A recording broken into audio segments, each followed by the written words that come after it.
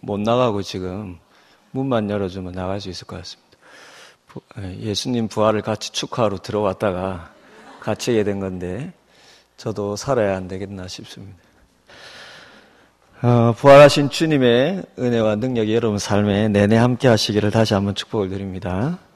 오늘은 주님께서 부활하신 후에 제자들에게 자신을 보이신 여러 사건들 중에 우리가 흔히들 엠마오로 가는 두 제자라는 제목으로 유명한 오늘 본문을 같이 한번 살펴보려고 합니다. 여러분, 이 사건은 마가복음과 누가복음 두 군데에 기록되어 있는데 마가는 아주 간략하게 진술하고 있는 반면에 누가는 아주 상세하게 기록을 하고 있습니다. 그래서 오늘 본문의 길이가 상당히 길었습니다. 이 사건의 내용은 이렇습니다. 예수님께서 십자가에서 죽으신 후에 실망 가운데 예루살렘을 빠져나가는 제자들이 있었는데 그 중에 엠마오라는 마을을 향해 가는 두 제자가 십자가 사건 이후에 일어난 일들을 서로 이야기하면서 길을 걷고 있었습니다. 실망 가운데서요. 그러자 그때 예수님께서 그들에게 나타나셔서 함께 동행하시며 대화를 나누시는데 이들이 처음에는 예수님인지를 알아보지를 못하는 거예요. 예수님 제자들인데도. 그러한 가운데 예수님의 이런저런 자세한 설명을 듣고는 이들이 마음의 감동을 받는데 어느새 마을에 가까이 오자 더 가시려는 예수님을 오늘 본문의 표현에 보면 강권하여서 자신들과 함께 머물기를 간청을 합니다. 그래서 그들과 함께 마을에 들어가셔서 음식을 먹는데 그제서야 그들의 눈이 밝아져서 이분이 부활하신 예수님인 것을 비로소 깨닫게 되고 그 즉시 다시 예루살렘으로 돌아와서 11 사도들과 만나 이 모든 일을 나누게 된 것입니다. 그럼 저는 이 사건을 가만히 살펴보면서 두 가지 의문이 들었는데요. 하나는 왜 이들은 지금까지 늘 가까이에서 보았던 예수님을 그 순간에는 왜 알아보지 못했는가라는 것이고요. 또 하나는 그렇게 예수님을 알아보지 못한 그들이 갑자기 어떻게 또다시 이분이 부활하신 예수님이라는 것을 깨달을 수 있었는가라는 것입니다. 오늘 이 두 가지 의문을 풀어보면서 말씀의 메시지를 함께 나누려고 합니다. 먼저 그들은 왜 늘 보았던 예수님을 그 순간에는 알아보지를 못했을까요? 좀 짧게 설명하고 있다고 했던 그 마가는요. 그의 복음서 16장 12절에서 한 가지 이유가 될 수 있는 당시의 정황을 이렇게 설명을 합니다. 그 후에 그들 중 두 사람이 걸어서 시골로 갈 때에 예수께서 다른 모양으로 그들에게 나타나시니. 여기서 여러분 다른 모양이란 이 사건이 있기 직전에 그들이 마지막으로 보았던 주님의 모습, 즉 채찍과 십자가로 인해서 살이 찢기고 상처투성이었던 방금 전에 보았던 그 예수님의 모습과는 달랐다라는 것이 아니라 그들이 평소에 늘 보아왔던 일상의 예수님 모습과는 달랐다는 것입니다. 왜냐하면 그들이 주님을 못 알아본 것은 순간적이었던 것이 아니라 길을 가며 이야기하는 내내 전혀 예수님의 모습이라고는 생각도 할 수가 없었다라는 것입니다. 오늘 본문에 보시면요. 13절에 보면 예루살렘에서 25리쯤 되는 그 엠마올 마을로 간다고 했으니까 상당한 거리거든요. 그 거리 내내 그들이 주님과 이야기를 하면서도 예수님인지를 몰랐다라는 것입니다. 그들뿐만이 아닙니다. 마태와 마가의 기록에 의하면 예수님의 부활의 소식을 처음으로 알게 된 사람들이 여인들이었어요. 막달라 마리아와 야곱의 어머니 마리아 그리고 살로메였다고 이렇게 말하고 있습니다. 그런데 마가는 덧붙이기를 이 여인들 중에서도 주님께서 가장 먼저 자신의 부활의 몸을 보이셨던 사람, 이 여인들이 가장 먼저 예수님의 부활 소식을 알게 되는데 그 중에서도 제일 먼저 예수님의 부활을 이렇게 보았던 사람은 이 중에서도 막달라 마리아였음을 이야기를 합니다. 더 흥미로운 것은 이처럼 첫 부활의 증인인 막달라 마리아가요. 주님을 만난 이 사건이 그녀가 이 주님을 만난 사건이 요한복음 20장에서 조금 더 자세히 기록되어 있는데 그녀가 부활의 소식을 전하는 천사, 왜냐하면 이 막달라 마리아가 예수님에게 너무 예수님을 사랑하고 정성스러웠던 여정이었기 때문에 주님 십자가에 못 박히시고 우리가 특별 새벽기도에서 살펴보았듯이요. 아리마대 요셉에 의해서 예수님의 시신이 내려지고 그 무덤에 가는 것까지 이 막달라 마리아가 계속 예수님이 죽고 나서도 예수님의 시신이 어떻게 되시나 계속 따라가며 지켜보고 그 예수님의 무덤에 향품을 발라드리기 위하여서 계속 목격했던 여인이었습니다. 근데 그녀가 주님께서 십자가에 죽으시고 사흘 만인 오늘에 해당하죠. 오늘 새벽에, 그러니까 안식일이 끝나고 날이 밝은 오늘 새벽에 급히 예수님에게 부활해 그 예수님의 무덤에 갔을 때에 그때 무덤 문이 열려 있고 그리고 예수님이 안치하고 있던 그곳에 예수님은 없고요. 그런데 천사가 이 지금 막달라 마리아에게 지금 막달라 마리아가 얘기를 나누는데 그러고 나서 뒤로 돌아보니 정말로 예수님께서 서 계신 거예요. 그분을 그렇게 코앞에서 보는데도 그런데 이 막달라 마리아가 처음에는 예수님인 줄 모르고 동산지기로 착각하였다라는 것입니다. 어떻게 이럴 수가 있을까요? 그것은 막달라 마리아나 엠마오의 두 제자나 모두 처음 부활하신 주님을 만났을 때 자신들이 지금까지 보았던 주님의 모습과는 다른 모양이어서 알아볼 수 없었다라는 것입니다. 그 다른 모양이란 게 무엇일까요? 아마 다른 모양이 주님의 모습이란 십자가 사건 전에 있었던 우리가 잘 아는 변화산상에서 영광스러운 모습으로 변하셨던 그 모습과 형태였지 않나 싶습니다. 마태복음 17장에 보면 예수님께서 갈릴리에서 공생의 사역을 다 마치시고요. 이제 가이사랴 빌립보라는 갈릴리 북쪽에 있는 그 가이사랴 빌립보라는 곳에서부터 십자가를 위해 마지막으로 예루살렘 향해서 가려 하실 때에 근데 하루는 베드로와 요한과 야고보만 데리고 높은 산에 올라가시지 않습니까? 근데 그때 주님께서 그들 앞에서 변형이 되셨는데 그 얼굴이 전혀 다른 사람 되었다 이런 뜻은 아니겠죠. 그런데 그 얼굴이 해같이 빛나며 옷이 빛과 같이 휘어졌다. 그렇게 마태는 말하고 있고요. 반면에 누가는 그때 예수님의 용모가 변화되었다고 말합니다. 즉 예수님의 얼굴의 모습이 달라 보였다라는 것이죠. 빛이 나고요. 여러분 새 몸으로 부활하실 몸으로 그 영광을 보이셨다면은 주님께서 참 이 땅에 오셔서 고난 많은 삶을 사셨을 때 그 모습하고는 달랐겠죠.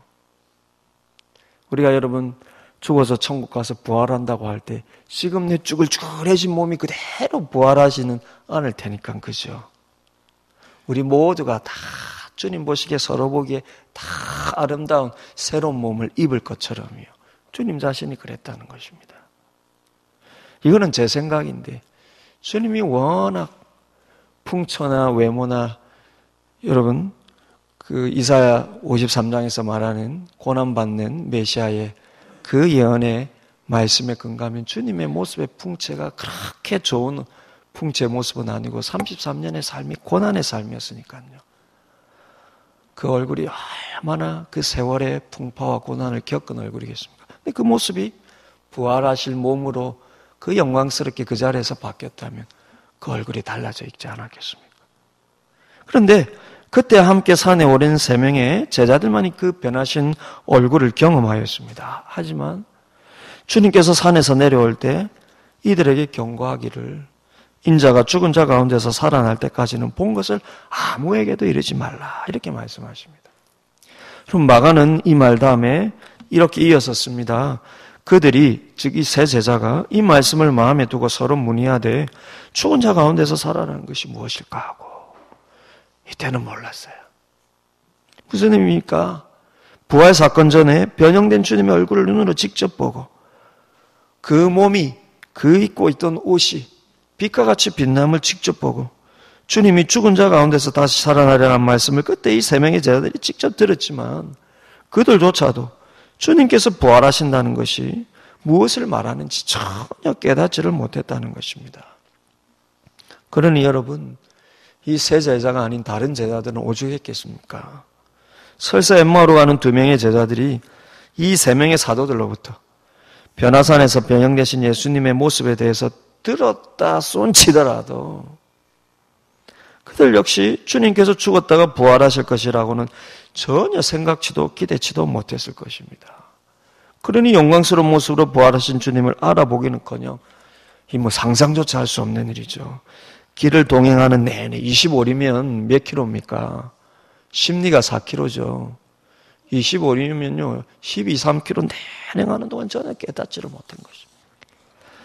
그러면 사실 변화산에 함께한 3명의 제자들이든 나머지 제자들이든 그들 모두 십자가 사건 전에 이미 주님께서 숱하게 그분의 죽으심과 부활에 대한 얘기를 다 들었습니다. 하지만 그들의 둔한 마음과 그들의 경험의 한계가 부활의 주님을 보아도 알아차리지 못하게 했고요. 더 정확히 말하자면 그들이 주님을 따르며 기대하였던 예수님에 대한 그들 자신의 욕구와 소원이 더더욱 주님의 부활을 들어도 주님으로부터 직접 들어도 깨닫지 못하게 했다는 것입니다. 더 정확히 말하면요. 그들에게 주님이 왜 필요한지, 그들이 주님을 따라다니면서 지금까지 그들에게 주님이 왜 필요한지, 그들이 기대했던 예수님의 역할과 사역에 있어서는 예수님의 부활이라는 게 조금도 필요하지 않았습니다. 근데 주님께서 계속해서 죽으시고 부활하신다고 말씀하시니까 이게 그들 마음에 이해도 안 되지만 또한 얼마나 거슬리게 들렸겠습니까? 예수님이 죽어서는 안 되고 부활하실 필요도 없는데 자꾸 내가 죽고 부활하리라 말씀하니까 얼마나 그게 마음 귀에 거슬렸겠습니까? 그러니 여러분 그때 누구 하나 부활을 얘기하는 주님께 내가 죽고 부활하리란 말을 계속해서 말씀하시는데 그때 누구 하나 부활을 얘기하는 주님께 도대체 부활하신다는 말이 무슨 말인지를 주님께 묻는 자가 없었던 거예요. 묻는 자가 없습니다. 무엇을 말합니까? 그들의 기대와 다른 이야기는 주님에 대한 그들의 기대와 다른 이야기는 주님이 말씀하시더라도 그들 생각 밖에 있는 거예요. 들리지를 않는 거예요. 내가 기대하는 예수님, 내가 원하는 예수님 모습과 다른 것은 예수님이 직접 말씀하셔도 이게 들리지도 않고 궁금하지도 않고 묻고 싶지도 않은 겁니다. 그래서 여러분 실제 주님께서 죽으셨을 때 이전에 그렇게 주님으로부터 죽고 부활하리라 먼저 죽고 그 다음에 부활하리는 말씀을 여러 번 들었음에도 불구하고요. 주님이 그들의 기대와 다르게 죽으셨으면요. 그때 우리가 얼마 전까지만 하더라도 죽으시고 부활하신다 했지. 이게 생각이 나야 될 텐데요. 이게 그들 머릿속에 없으니까 주님이 죽으신 것을 보고도 죽고 부활하려는 그 말이 여러분 기억이 안 나는 거예요. 생각이 안 나는 거예요. 그러니 이거 아무리 예수님이 이런 이들의 심령에 눈으로 보여줘도 부활하신 예수님이라고는 조금도 생각지 못하고 기대치를 못한 것입니다. 그래서 여러분 마가는 이 사건을 두 절로 아주 간단하게 언급하면서 단지 주님의 모습이 변형되었다라는 외형적인 이유만 언급하지만요. 오늘 본문에서 누가는 이들 편에서의 원인, 주님이 변형된 주님의 그 이유가 아니라요. 이들 편에서의 원인인, 즉 그들이 주님을 분간하지 못했던 이유가 이들의 내적이고 영적인 상태 때문이다. 그렇게 말합니다. 그럼 오늘 보면 16절을 한번 보시겠습니까? 누가가 이 사건을 아주 상세히 설명하면서요. 누가는 예수님의 모습이 변형되었다 이런 말 하지 않습니다. 아주 길게 이야기하는데요. 누가는 16절에서 이렇게 말합니다. 그들의 눈이 가리어져서 그인 줄 알아보지 못하거나. 그들의 눈이 가려져 있었기 때문에 주님을 알아보지 못했다라는 것입니다. 이게 원어의 표현에 빌리자면요. 그들이 깨닫는 것으로부터 그들의 눈이 붙잡혀 있었다라고 표현합니다. 다르게 표현하면 뭔가에 의해서 그들의 이 눈이란 눈에 보고 있는 이 눈 말고요. 이 눈은 지금 보고 있죠. 지금 12km를 계속 가는 내내 예수님을 지금 보고 있는데 이 눈 말고요. 마음의 눈이. 뭔가에 의해서 그들의 마음의 눈이 이분을 눈으로, 육의 눈으로 보아도 이걸 깨닫지 못하도록 뭔가가 붙잡고 있었다는 것입니다. 여러분 그 뭔가가 무엇일까요? 바로 그들의 어두운 마음이요, 그들의 둔한 영적인 감각인 것입니다. 그럼 지금까지 그들이 예수님을 믿고 따랐지만 자신들만의 생각과 기대로 예수님을 쫓았던 것이고, 그래서 자신들의 욕구 안에 예수님을 가둬두고는요, 자신들이 원하는 경험 안에서만 주님을 보고 있었기 때문에 그들의 예상과 전혀 다르게 나타나시는 주님을 도무지 깨닫지도 분간하지도 못했다는 것입니다. 누가 그렇게 말하고 있네요. 그들의 눈이 가려져 있고, 그들의 눈이 뭔가에 붙잡혀 있었어. 육의 눈으로 보아도 모르고 있더라. 그러니 주님에 대한 그들의 이전 경험을 깨뜨리시고요, 주님을 향한 그들의 욕구를 깨뜨리시는 은혜가 없이는 그들 눈앞에 주님이 나타나셔도 부활의 주님을 이렇게 깨달을 수가 없는 것입니다. 우리의 마음과 감각도 이와 똑같습니다. 여러분, 우리의 이전 경험이 아무리 신비하고 놀랍다 해도요, 아무리 신비하고 놀라운 경험을 해도, 혹은 우리의 이 지적인 통찰력이 아무리 뛰어나다 하더라도 주님께서 그분에 대하여서 깨닫게 해주시는 특별한 은혜가 없다면, 나에게 지금 일어나는 어떤 일이 하나님께서 나에게 무엇을 말씀하시고 그분과 그분의 나라에 대해서 지금 나에게 이런 일들을 통해서 무엇을 보여주고 싶으신지 우리 스스로는 분별할 수가 없는 것입니다. 믿지 않는 사람들이 종종 하나님을 보여주면 믿겠다고 말합니다. 예수님 보여주면 믿겠다고 말합니다. 여러분, 영적인 세계에 대해서 무지해서 하는 말입니다. 영적인 세계에 대해서 무지해서 하는 말이에요. 믿음은 내 눈에 보이는 것이나 육체적인 경험의 문제가 아닙니다. 제가 저번에 한번 말씀드린대요. 어떤 청년이 하나님을 비난하면서 저에게 하나님 눈앞에 보여주면 내가 믿겠다고 그렇게 저에게 항의를 하는데, 제가 그거 다 듣고, 그러면 형제님, 정말로 오늘 하나님이 형제님 눈앞에 나타나서, 당신 눈앞에 나타나서 내가 하나님이다 하면 정말 믿을 수 있겠습니까? 진지하게 물으니 아무 말도 못하는 거예요. 믿음은 여러분 눈으로 본다 해서 가져지는 게 아닙니다. 이게 여러분 논리적인 증명의 문제도 아니에요. 믿음은 그야말로 은혜 문제입니다. 은혜 없이는 깨달음이 없고요, 깨닫지 못하고서는 믿음이 생길 수가 없는 것입니다. 이것은 신자가 되고 나서도 마찬가지입니다. 하나님께서 살아계신지, 그래서 나와 함께 하시는지, 나를 정말로 사랑하시는지, 그래서 나를 돕고 계시는지, 나에 대한 하나님의 계획이 무엇인지, 이런 것들을 깨닫는 문제는 이게 여러분 신비한 체험을 하는 문제도 아니고 지식의 문제도 아닙니다. 은혜 문제인 것이죠. 엠마오로 가는 두 제자를 보십시오. 그들이 변형되신 주님의 얼굴을 본 경험은 없었지만 누가는 그래서 그들이 주님을 못 알아보았다 이렇게 말하지 않고 그들의 눈이 가려져 있었기 때문이다. 그러니 여러분, 그 가려진 마음의 눈을 풀어주시는 주님의 은혜가 없다면 그들은 예수님을 죽을 때까지 그들의 이전 경험과 감각으로밖에 기억할 수가 없고 이해할 수가 없는 것입니다.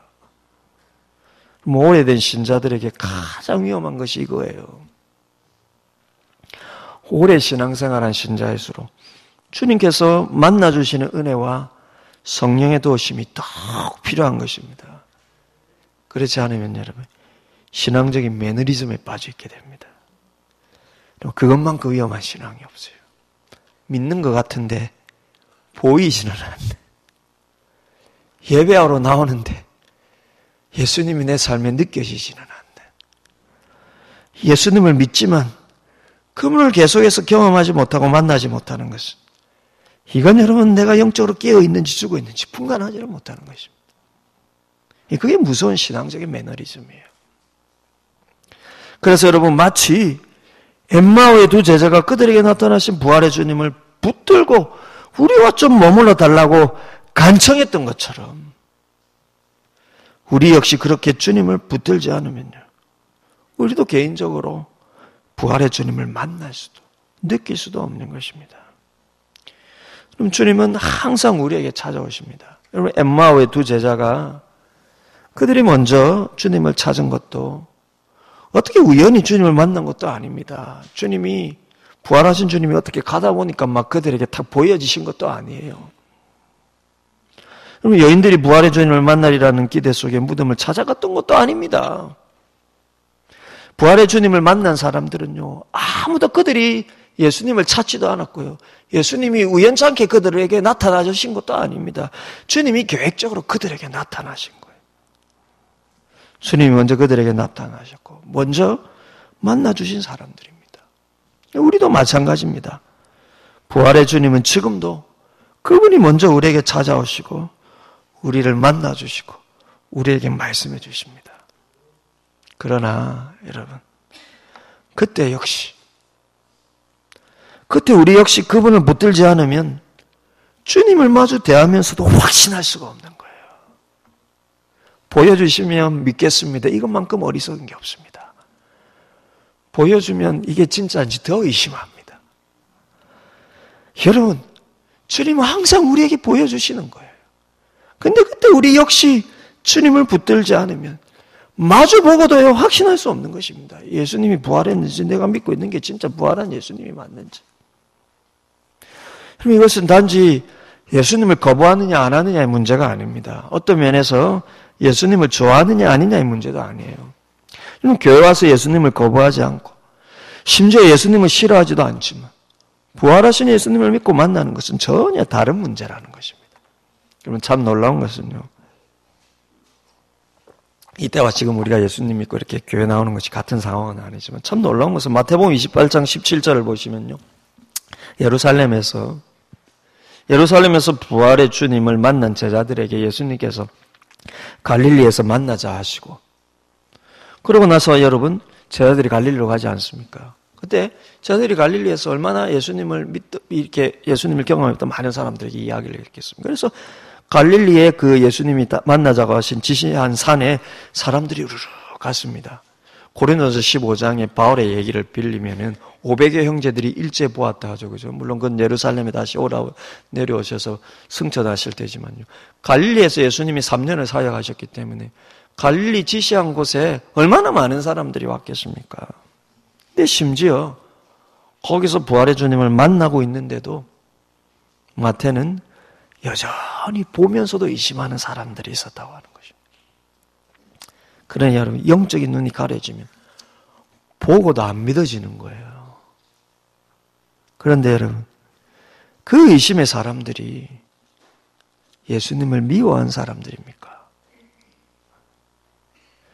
그 보고도 의심하는 사람들이 예수님을 안 믿는 불신자들이었습니까? 아니지요. 그들은 주님께서 갈릴리에서 사역하실 때부터 주님이 병든 자를 치유하고 기적으로 먹을 것을 주시고 그럴 때 예수님을 한호하면서 다 믿고 따라다녔던 사람들입니다. 그런데 주님의 부활을 믿고 부활한 주님을 깨닫는 것은 그들에게 또 다른 차원의 문제였다는 것입니다. 그러면 어떻게 해야 될까요? 보고도 안 믿겨지는데 어떻게 하면 될까요? 목사님, 보고도 안 믿어지는 거면 내가 보고 어떻게 하면 되겠습니까? 내가 어떻게 하라고요? 어떻게 하면 되겠습니까? 보고도 안 믿겨지는데 제가 어떻게 가르쳐 주시겠습니까? 제가 말씀드리고 싶은 것은요, 그럴 때도 한 가지 은혜의 사실을 잊지 않아야 한다는 것입니다. 보여줘도 안 믿겨질 때요, 교회 나와도 내가 예수님을 싫어하는 건 아니고 예수님을 막 굳이 안 믿는 것도 아닌데 그렇게 나와도 내 마음속에 예수님의 부활 이것까지는 안 믿어지는데, 그럴 때도 여러분 마음속에 내 눈에 다 나타나면 믿을 수 있을 것 같은데 아닙니다. 여러분, 은혜 없이는요 안 믿겨지는 겁니다. 그런데 그럴 때, 그렇게 나와도 안 믿어질 때 한 가지 사실을 잊지 않아야 한다는 것입니다. 그게 뭘까요? 보고도 안 믿겨진다는 것은 실은 보고 있다는 것입니다. 즉, 주님께서 그들에게 그분을 보여주고 계시다는 것입니다. 주님을 미워하고 못 박은 자들은 주님의 부활을 의심하는 것도 없고요, 부활의 주님을 만나려는 것도 없습니다. 보고 의심한다는 것은요, 주님이 보여주고 계시다라는 거예요. 그럼 이때 예수님의 부활을 의심한다는 것은 우선 예수님을 보고 대하고 있다는 것이죠. 다른 말로 하면 주님께서 그들 앞에 나타나 계시다는 것입니다. 우리도 마찬가지입니다. 목사님, 교회 나와도 예수님이 잘 안 믿겨집니다. 그런 마음이 들 때 여러분 아셔야 하는 게 있는 것입니다. 안 믿어진다는 것은 믿고 싶다는 마음이 있다는 거죠. 믿고 싶은 마음이 없는 사람은 안 믿어지는 것이 아니라 그냥 안 믿습니다. 그리고 교회 나오지도 않아요. 나오는데도, 그리고 나오고 싶은데도, 그래서 나왔는데도 안 믿어진다는 것은 마음 한 구석에 진짜 믿음이 생기기를 바라는 마음이 우리 속에 다 있다는 것입니다. 그런데 이게 주님 입장에서는요, 주님께서 여러분에게 계속해서 주님을 보여주고 계신다는 것입니다. 여러분이 내 믿고 싶어서 이렇게 나오는데도 안 믿어져요 할 때 여러분은 내가 이렇게 노력하는데도 안 믿어져. 아니에요. 여러분들이 마치 엠마오의 두 제자에게 나타나셔도 못 깨닫고 길을 가며 말해줘도 못 깨닫지만 그러나 주님께서 끝까지 그들 옆에서 그 길에 함께 동행하시는 것처럼 그들이 깨달을 때까지 그렇게 함께 하시지 않습니까? 믿고 싶어서 나오는데도 안 믿어진다는 거예요. 그러면 실은 여러분들에게 주님을 계속해서 보여주고 계시는 것입니다. 마찬가지로 여러분이 안 믿어져도 계속 예배 나온다는 것은 예수님 입장에서는 여러분의 신앙 여정에 마치 엠마오의 두 제자들처럼 지금도 계속해서 함께 걸어가 주시고 여러분 엠마오로 가는 두 제자가 그 마을에 도착해서 숙소에서 주님을 비로소 깨달을 때까지 어떤 사람은 여기서 깨달아서 부활의 주님인지를 깨닫고 있는 사람도 있지만 어떤 사람은 여기서 함께 예배도요 그 25리길의 중간쯤일 수도 있고요 그 25리길의 첫 정도일 수도 있고요. 근데 중요한 것은 목사님 아무리 해도 안 믿어진데 아니에요. 주님께서 계속해서 여러분들에게 말씀하고 계시고 보여주고 계시다는 것입니다. 믿음이 여기서부터 시작되는 것입니다.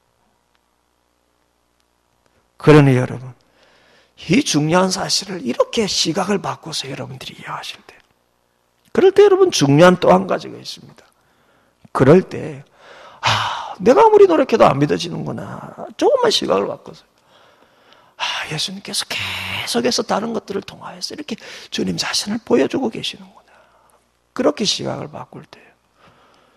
그럴 때 중요한 또 한 가지는 여러분 역시 그분을 붙드는 반응이 있어야 한다는 것입니다. 마치 엠마오의 제자들이 주님을 여전히 깨닫지 못하였지만 마음이 뜨거워졌을 때 우리와 함께 머물러 달라고 간곡하게 부탁을 했듯이요. 그때 마을은 다 달아오고 여러분 이제 난 저물어 마을은 다 달아오고 예수님이 가시던 길로 그대로 가려고 하니까 예수님을 붙들고 우리와 하룻밤만 이렇게 머물게 달라고 간청했듯이 여러분도 예수님이 부활했다는 것이 안 믿어져도 마음이 뜨거움을 느낄 때 붙드셔야 하는 것입니다. 붙드셔야 하는 것이에요. 왜 내 마음이 뜨거운지 예수님이 죽었다가 다시 살아났다는 게 여전히 말은 안 되는 것 같은데 왜 예배를 하고 말씀을 듣는데 한두 번은 내 마음에 뜨거움이 느껴지는지 그때 주님을 붙드셔야 한다는 것입니다. 나와 함께 오늘 밤 좀 머물러 달라고요. 그럼 그 머물러 달라는 간청이 어떤 의미겠습니까? 이 엠마오의 두 제자가 그때 주님께 좀 함께 머물러 달라고 부탁했던 것은 굉장히 구체적인 의미지 않겠습니까? 이것은 여러분 설교 초반에 말씀드렸던 두 번째 의미. 곧 길을 함께 가며 대화하는 내내 예수님 알아보지 못했던 그들이 어떻게 다시 부활하신 주님이라고 깨달을 수 있게 되었는지에 대한 이유이기도 합니다. 왜 그들이 마을에 거의 다 달았을 때요? 오늘 밤 우리와 함께 좀 머물러 달라고 왜 그들이 부탁을 했을까요? 그 이유는 예수님의 말씀을 더 듣고 싶어서 했습니다. 그러면 왜 예수님의 말씀을 더 듣고 싶었던 것일까요? 그것은 길에서 예수님이 그들에게 성경을 풀어주실 때 바로 그때 그들의 마음이 뜨거워졌기 때문입니다. 여전히 부활하신 이 주님의 부활하신 주님인지는 못 깨닫고 있어요. 그런데 그들의 마음이 예수님의 말씀을 들을 때 마음의 뜨거움을 느꼈기 때문에 주님이 이제 계속 가시던 길을 걸어갈 때 이렇게는 못 보내드리고 조금만 더 말씀해달라. 하고 붙들고 있는 거예요. 그럼 17절을 보시면 대화를 나누며 길을 걷는 이 두 사람에게 주님께서 끼어들어 다음과 같이 묻죠. 너희가 길을 가면서 서로 주고받는 이야기가 무엇이냐. 그리고 18절에 의하면 둘 중에 글로바라고 하는 한 사람이 대답을 하는데 19절부터 24절까지 그 대답하는 내용을 요약하면 이렇습니다. 십자가 사건 때부터 예수님에게 일어났던 일들을 아주 상세히 말합니다. 예수님께서 대제사장과 관리들에게 죽고 이 일이 있은 지 사흘에 어떤 여자들은 빈무덤을 보고 그분이 다시 살아나셨다는 천사들의 나타남을 보았다 하고 또 제자들 중 두어 사람이 그들의 말을 듣고 무덤에 갔는데 무덤은 비어있고 예수는 보지 못했다. 이런 지금 있었던 일들을 쭉 예수님께 얘기해요. 무슨 의미입니까? 이들이 예수님의 십자가 사건에 실망하고 예루살렘을 떠났지만 부활에 대한 목격자들의 말을 이미 다 들었다는 거예요. 예수님 십자가에 못 박고 이제 다 끝났네. 그렇게 지금 엠마오로 가는 길이 아니라 거기서 더 나가세요. 예수님의 부활을 직접 보았다라고 하는 말들을 다 들었다는 것입니다. 그럼에도 불구하고 그들의 말의 뉘앙스에서 느껴지는 것은 주님의 부활에 대한 것뿐만 아니라 그것을 목격했다는 말들, 사람들의 말들에 대해서도 도무지 믿음이 생기지 않는 거예요. 엠마오의 두 제자가 다 들어도요. 이 오늘 본문 25절부터 보시면 주님께서 이렇게 이들을 그때 책망하시지 않습니까? 미련하고 선지자들이 말한 모든 것을 마음에 더디 믿는 자들이여. 그리스도가 이런 고난을 받고 자기의 영광에 들어가야 할 것이 아니냐. 그리고 27절을 보시면 이에 모세와 모든 선지자의 글로 시작하여 모든 성경에 쓴 바 자기에 관한 것을 자세히 설명하시니라. 그런데 32절로 넘어가시면요. 나중에 이들끼리 대화하는데 이 말씀을 들을 때 그들의 마음이 이랬다는 거예요. 32절에 보시면. 그들이 서로 말하되 길에서 우리에게 말씀하시고 우리에게 성경을 풀어주실 때 우리 속에서 마음이 뜨겁지 아니하더냐. 우리가 잘 아는 대로 예수님의 죽으심과 3일 만의 부활은 이미 성경에 다 예언되어 있던 것들입니다. 27절에 주님께서 모세와 모든 선지자의 글로 시작해서 모든 성경을 풀어주신 것은 이 말은 한마디로 말하면 구약 성경 전체를 풀어주셨다는 거예요. 좀 전에 말씀드렸듯이 예수님께서 제자들에게 직접 자신의 죽음과 부활을 또한 얼마나 자주 말씀해 주셨습니까? 그러나 그들의 영적인 눈이 열리지 아니하니까요. 구약 성경이 그렇게 예수님에 대해서 이야기하고 또 주님 자신이 그렇게 그들에게 직접 말씀해 주신 게 있어도요. 그들이 늘 듣고 보아왔던 그 말씀에 깨달아지지 아니하니. 그러니 여러분 그 일이 이루어져서 부활하신 주님을 눈앞에 나타나도 깨닫지를 못하였는데요. 그런데 주님께서 말씀을 풀어주실 때에 이 성경 말씀이 예수님에 관한 것인지를 풀어주실 때에 그때 그들의 눈이 열렸다라는 것입니다. 누가가 이렇게 표현하고 있습니다. 그들의 눈이 어두워져서 깨닫지 못하였다 이렇게 하는데요. 나중에 예수님이 우리에게 말씀을 풀어주실 때 우리의 눈이 열렸다라는 거예요. 그들의 눈이 열렸다라는 것입니다. 마음의 눈이. 여러분 눈으로 보았기 때문이 아닙니다. 말씀을 풀어주실 때 그들의 생각과 마음의 눈이 열렸기 때문입니다.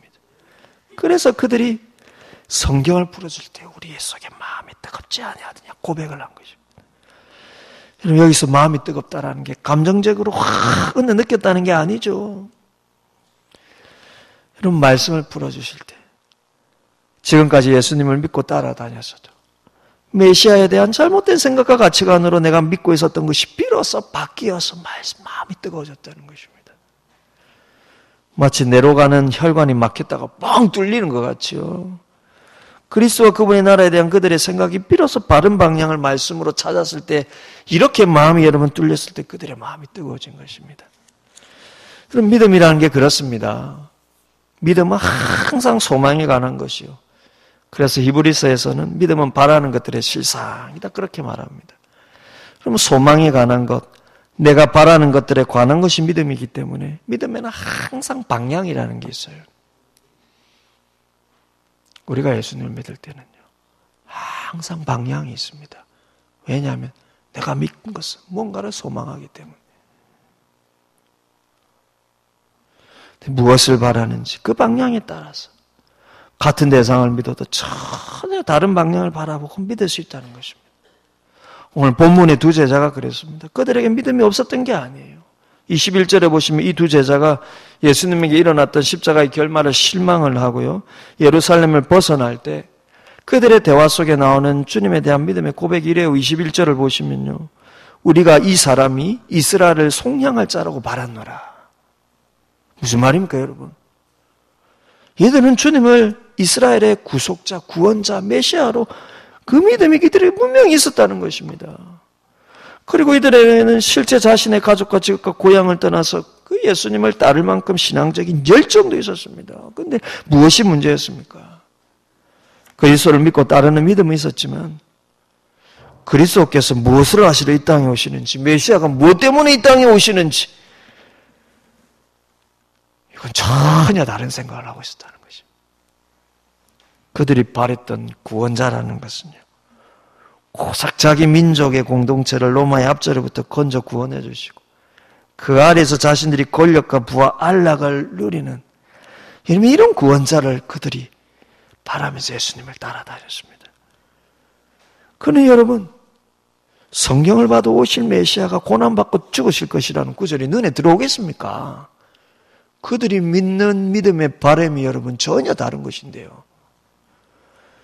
그들의 믿음이 만드는 소망이 이 땅의 부와 성공에 있는데 예수님을 3년이나 떠나다니면 숱하게 그분의 죽으신 거 부활을 들었어도 이게 여러분 마음에 남아있겠습니까? 지금 유대인들도 똑같다고 합니다. 제가 한번 말씀드린대요. 지금 유대인들이 제일 싫어하는 구약 성경이 이사야 53장이라고 해요.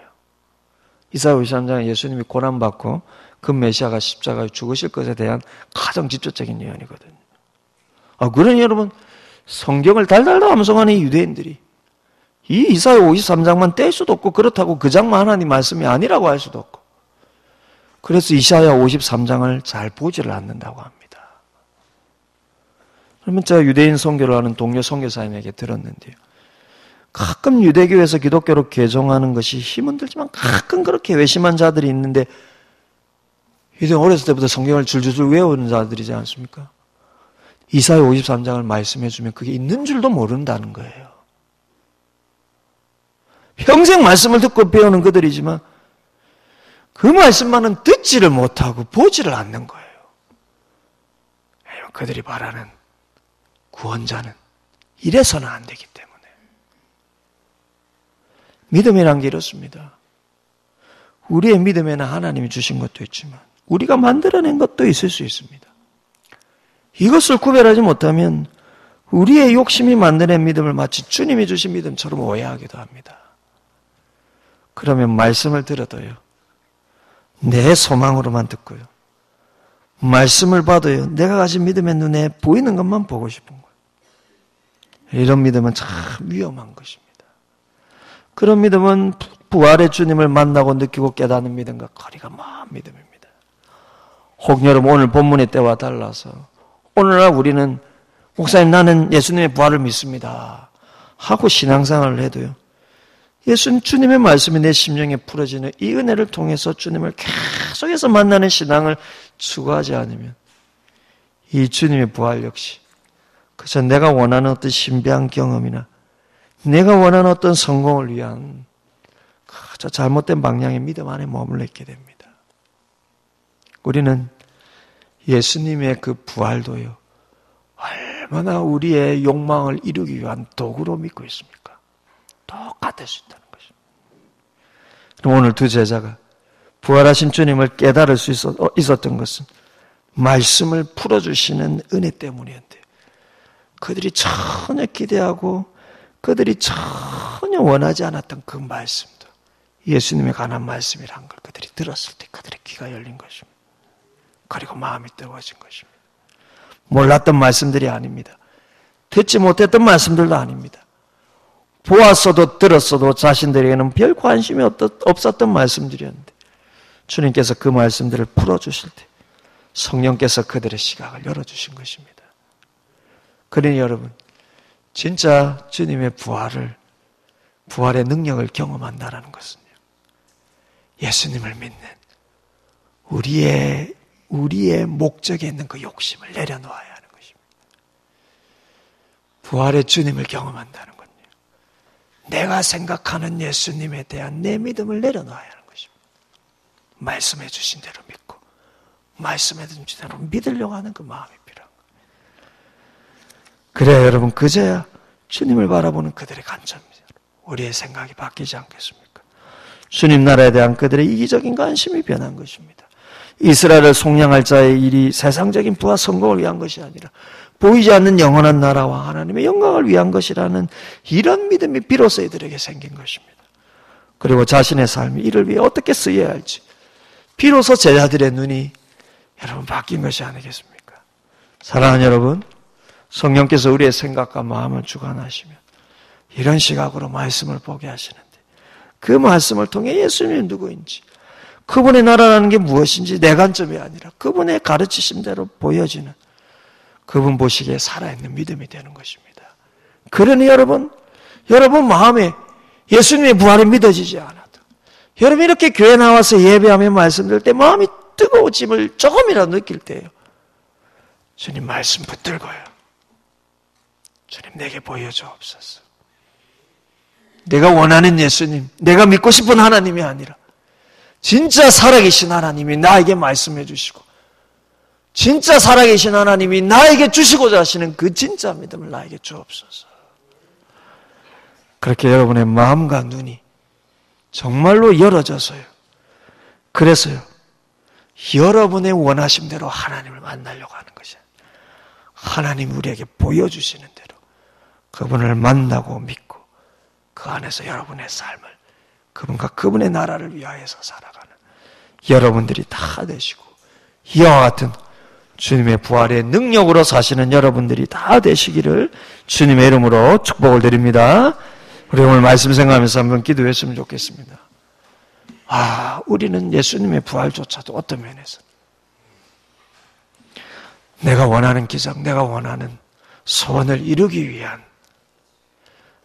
부활의 주님 역시 내 속에 혹시 이렇게 내 욕심대로 믿는 믿음이 아닌지 우리를 용서하시고, 그러니